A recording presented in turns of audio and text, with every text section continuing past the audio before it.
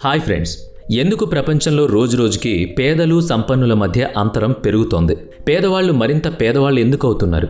సంపన్నుల ఆస్తి మరింత ఎందుకు పెరుగుతోంది? దేశంలోని సంపదంతా 5% మంది చేతుల్లోనే ఎందుకుంది? 95% జనాభా ఎందుకు పేదరికంలో మగ్గిపోతున్నారు?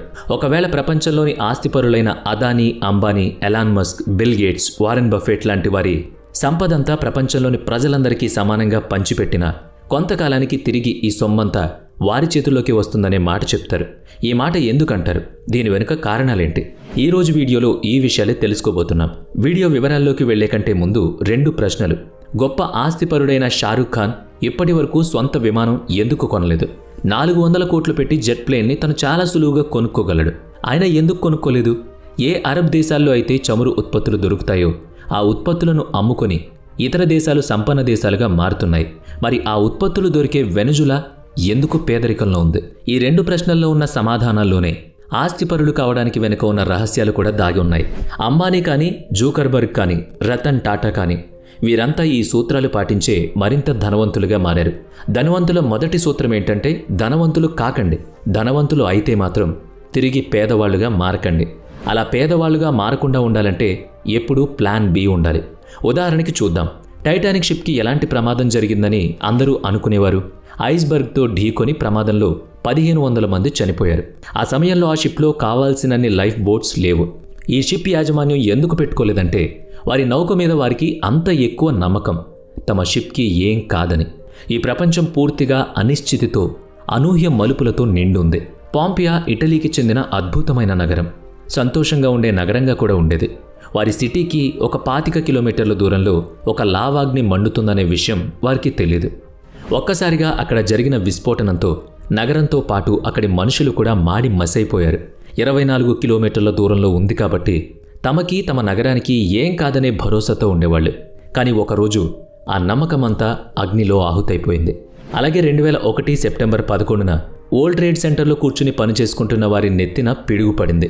వాళ్ళెప్పుడూ ఆ రోజు తమ చివరి రోజు అవుతుందని ఊహలో కూడా అనుకోలేదు. ఈ మాటలన్నీ ఎందుకు చెప్పామంటే, ధనవంతులు కావడం మాత్రమే కాదు, ధనవంతులుగా ఉండండి, ధనవంతులుగా మిగలండి. జీవితంలో ఎప్పుడైనా ఏదైనా జరగొచ్చు. అందుకే జీవితం మొత్తానికి సంబంధించిన ప్లాన్ ఎప్పుడూ ఉండాల్సిందే. చాలామంది మనకి ఏం కాదులే అనుకుంటారు, ఏం జరగదులే అనుకుంటారు, మనమంతా బాగానే ఉంటామనుకుంటారు. అందుకే మేము చెప్పే మాట ఏంటంటే, మీరు ఇన్సూరెన్స్ తప్పకుండా తీసుకోవాలి. మనం ఉన్నా లేకపోయినా మన తదనంతరం మన కుటుంబ సభ్యులు ఇబ్బంది పడకుండా ఉండాలంటే అది తప్పనిసరి. మీ పిల్లల చదువులో డిస్టర్బ్ కావద్దు. మీ మీద ఆధారపడిన వాళ్ళెవరూ ఇబ్బంది పడకూడదు. మీరు చేసే ఫ్యూచర్ ప్లాన్ వల్ల మీ కుటుంబానికి ఒక రక్షణ వలయం ఉండాలి. రెండో విషయం, ఏదైతే మీరు కొనాలనుకుంటున్నారో దాన్ని కొనండి.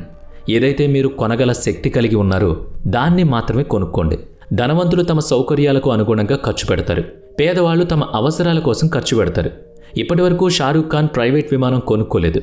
తను కోరుకుంటే 6500 కోట్ల ఆస్తిలో నుంచి కొంత ఖర్చు పెట్టి విమానం కొనుక్కోలేడా?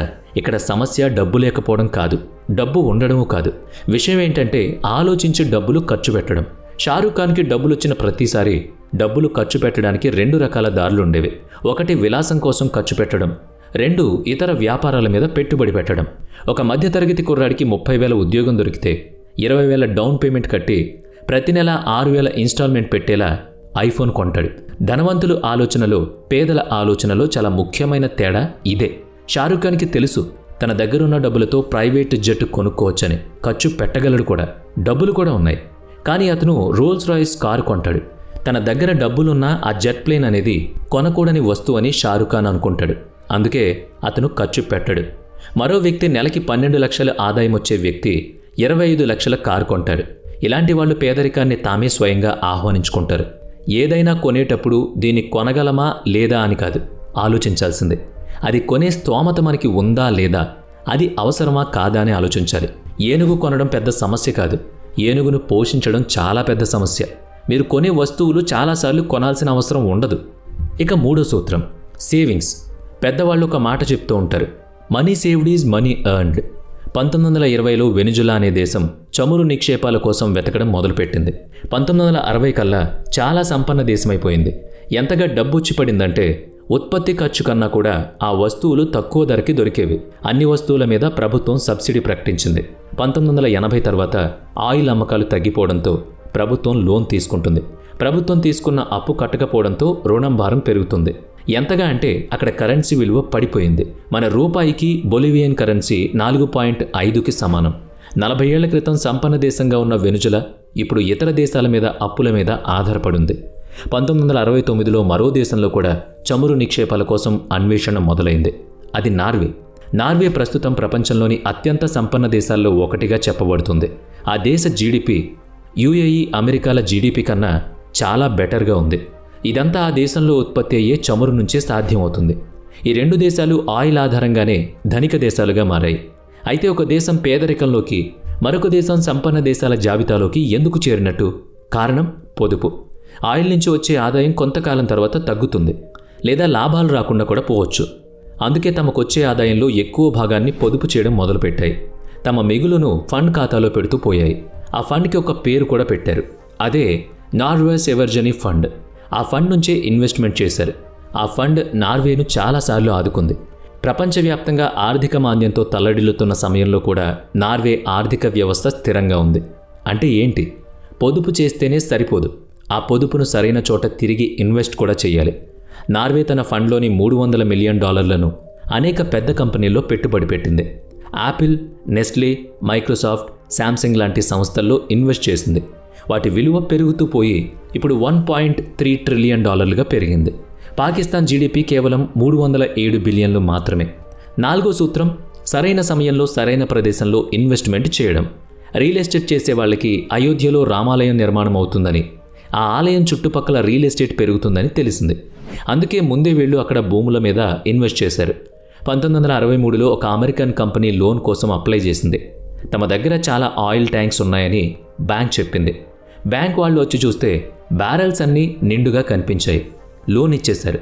కానీ ఆ బ్యారెల్స్లో ఉన్నది ఆయిల్ కాదు, నీళ్లు. ఈ విషయం బయటికి లీక్ అయింది. బ్యాంక్ షేర్ దెబ్బకి కుదేలైపోయింది. అందరూ ఆ బ్యాంక్ నుంచి తమ డబ్బులు వెనక్కి తీసుకోవడం మొదలుపెట్టారు. ఒక్క మనిషి మాత్రం తన డబ్బులు ఆ బ్యాంక్లో అలాగే పెట్టుకున్నాడు. అందుకు కారణం ఆ బ్యాంక్ బిజినెస్ మోడల్ చాలా అద్భుతంగా ఉందని అతనికి అర్థమైంది. ఈ బ్యాంక్ తిరిగి కోలుకుంటుందనే నమ్మకం అతనిలో కలిగింది. ఆ వ్యక్తి పేరే వారెన్ బఫెట్. ఆ వ్యక్తి ఇప్పుడు ఆ బ్యాంక్లో 20% కంటే పైగా వాటా కలిగి ఉన్నాడు. 1963 కంటే ముందు చాలామంది దగ్గర వారెన్ బఫెట్ కంటే ఎక్కువ డబ్బులే ఉన్నాయి. కానీ ఆ రోజు వారెన్ బఫెట్ చేసిన ఆ ఆలోచన ఈరోజు చాలామంది సంపన్నులను వెనక్కి నెట్టి ముందు నిలబెట్టింది. ఒకరిని చూసి కాపీ చేసి అదే పని చేయాలనుకోవడం తప్పు. ముఖేష్ చిన్న కొడుకు పెళ్లి చూసి మీలో చాలామంది అంత వైభవంగా పెళ్లి చేసుకోవాలనుకున్నారా? చాలామంది అలాగే అనుకుంటూ ఉండొచ్చు. కానీ మీరు గుర్తుంచుకోవాల్సింది ఏంటి అంటే ముఖేష్ తన ఆస్తిలో 1% కూడా కొడుకు పెళ్లికి ఖర్చు పెట్టలేదన్నమాట. ఈ వాస్తవం మీరు ఖచ్చితంగా గుర్తుపెట్టుకోండి. వాళ్లలాగా అట్టహాసంగా పెళ్లి చేసుకుని అప్పులు పాలు కాకండి. మనకు కావాల్సింది కొనుక్కుంటున్నామా లేదా అన్నదే ముఖ్యం తప్ప మనకి అనవసరమైంది కూడా కొనుక్కునే ఆర్భాటాలు చూపించుకోవడానికి వెళితే మాత్రం రేపన్న రోజు మన ఎదుగుదలకి అడ్డుకట్ట పడక తప్పదు.